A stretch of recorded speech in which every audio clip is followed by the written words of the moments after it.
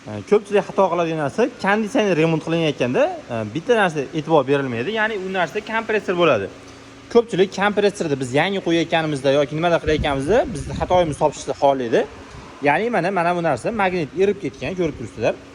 Bu erib ketgan magnitni biz yangi kompressor qo'yamiz. Ko'pchilik aytadi, konditsioner remont qilsa bo'ladi, hamda oldidagi muftasini yangi qo'yib qo'ysa bo'ladi.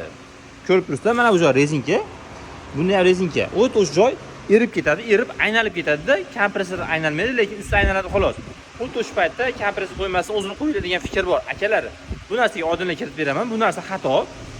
Qaysi joyda ishlashi mumkin, lekin bizda ko'pincha sinalgan holati mana bu kompressor ichi qisadi. Kompressor charchagan, buniki ham qisib qo'ygan, lekin bitta aylantirsangiz aynalib ketadi, yana ishlayveradi. Lekin qaysi paytda yana отказ qiladi. Bu narsa mufta ketishidan aybi. Mana bu kompressor qiziydi, ya'ni qisadi. Qisganda nagruzka bo'ladi.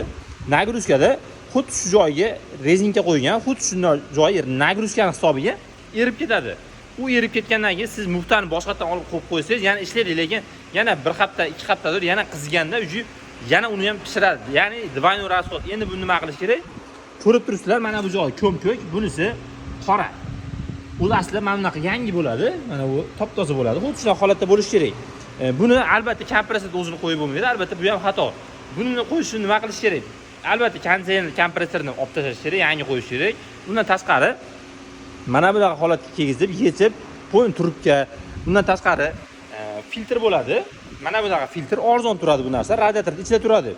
Albatta radiatorda filtrini hamda radiator ichini chayish shart.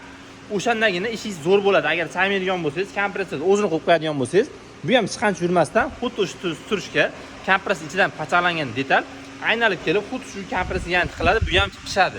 O'sha tavsiyamiz, kompressor ichi chachilib ketdimi, e'tibor beringlar. Agar toza bo'lsa o'zini qo'yinglar.